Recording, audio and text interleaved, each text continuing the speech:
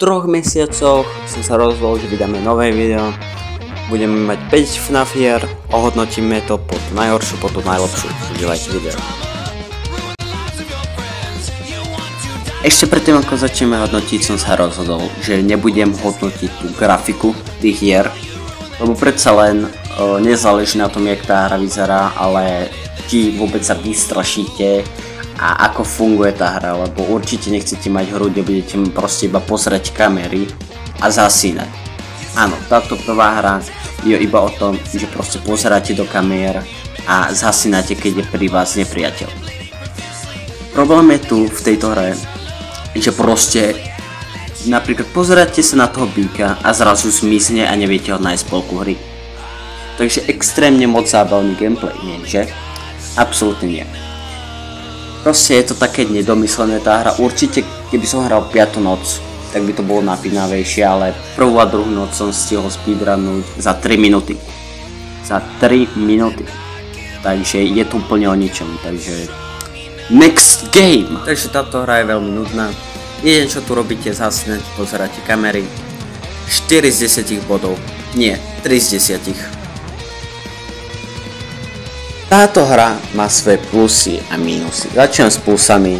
Máme tu kamerový systém, ktorý funguje. Máme tu ventiláciu. Máme tu 4 nepriateľov. Máme tu dvere. Ventiláciu, ktorú môžeme zavrieť. Máme tu energiu, hej. Viac menej sa dá povedať, že to je FNAF jednotka. Keď zoberieme tie mínusy, máme tu Robloxových panákov. Ako, to ťa nevystraší, keď na teba vyskočí akože Roblox, hej.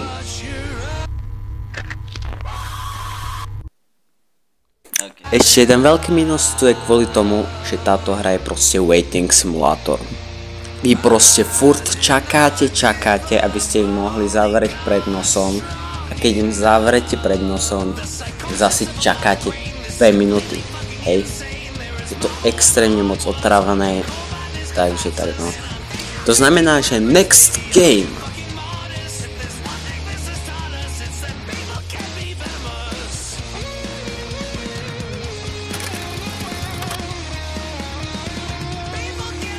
Five Nights at Magies je podľa mňa extrémne dobrá hra. Úplne ju zbožňujem. Táto hra je výborná kvôli tomu, že máme tu veľa postav. To je aj výhoda, aj nevýhoda viac menej, ale tak čo. Máme tu napravo Joža, máme kamerový systém, máme aj ventilácie, máme player sound, takže je to také okopírované od Scotta, čo vymýšľal tie hry. A potom naľavo ešte máme chodbu s elektrickým šokom a s baterkou. Je to úplne výborná hra, odporúčam si ju zahrať. Tejto hre by som dal aj z 10 z 10, ale viem, že pôjdu lepšie hry. Je tu dokupy 3 endingy, sú tu mám pocit 3 alebo 2.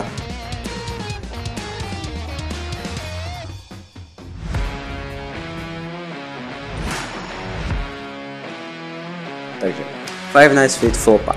Je to dobrá hra, ale má to jeden háčik. Není vôbec strašidelná. Design je všetko pekné, máte tu dokonca gamble, to je jeden z dôvodov, prečo je to v 2. rebríku. A je to fakt, že dobrá hra, len hrozne veľa mechaník tu je, väčšinou ani nevidíte tie mačky, kde sú. Je to také, no, ako ja z ohľadu hráča by som to nehral, ale určite vám to odporúčam z toho skúsiť. Je tam aj dokonca rádio a takéto blbosti. Ukážem vám nejaké scény z toho, ako som reagoval, takže enjoy it! Kvôli Office vidíte, že to je úplne iná úroveň, ako predtým sme mali Office. Máme to 3D, môžete si to aj nastaviť na 2D, ale keď si to nastavíte na 2D, je to trošku zabugované. Ale najlepšie na tom je, ako ste videli, má to rádio.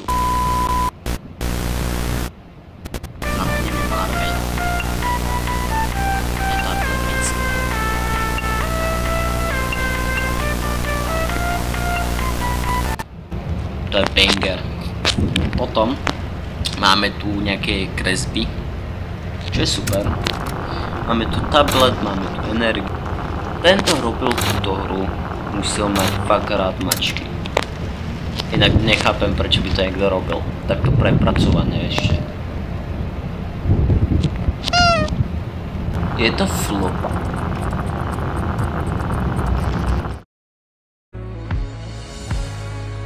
Prvá hra je The After Threats. Táto hra má výbornú grafiku a zaberá sa hlavne na ten gameplay. Ak by ste čirou náhodou dokončili túto hru, stále sú tu achievementy. Máte tu celkom 4 levely, každý z nich robíte úplne niečo iné, máte tam nové mechaniky a máte tu hrozne veľa tých achievementov, ako som spomínal. Niektoré sú ťažké na získanie, niektoré sú úplne že ľahké, takže je to fakt super. A pustíme teda nejaký ten gameplay. Prvý level. A viac vám to nebudem spoilovať, aby ste si to zahrali sami. Môj jazyk sa už motal, lebo ja už nie som skúsený to natáčať videa. Takže dúfam, že si to užijete. No utekaj.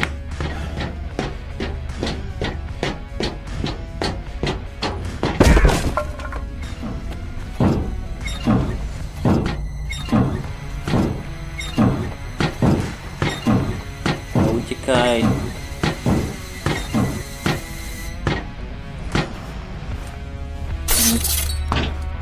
Táto cutscéna je dobre dlhá.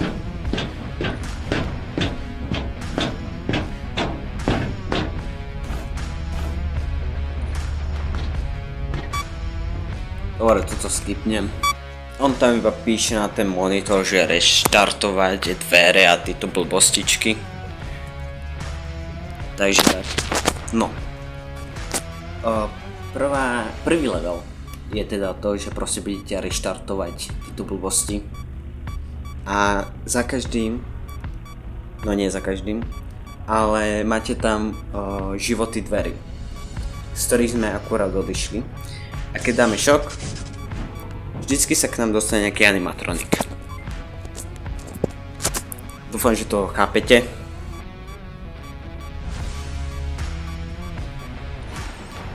Je to veľmi stresujúca hra. Takže tak.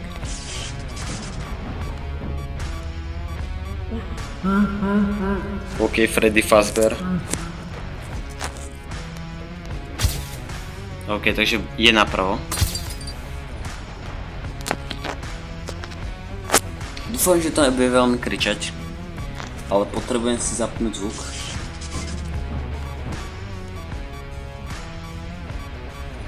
Aby som počul Foxyho.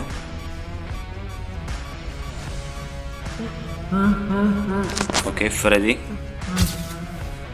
Ja proste neviem, kde je ten Freddy.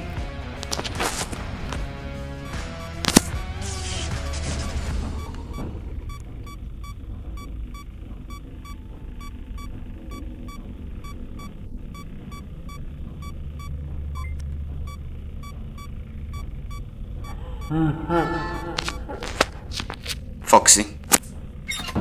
Kúkajte na tieto animácie. Ako hej, vyzerá to celé dosť little, ako s tou grafikou, ale to si môžete vylepšiť v settingoch. Takže podľa mňa, za mňa najlepšia hra, ktorú som kedy hral.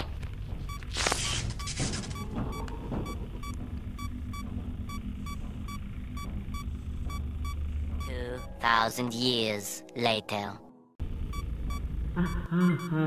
Toto prvá stage je najjednoduchšia.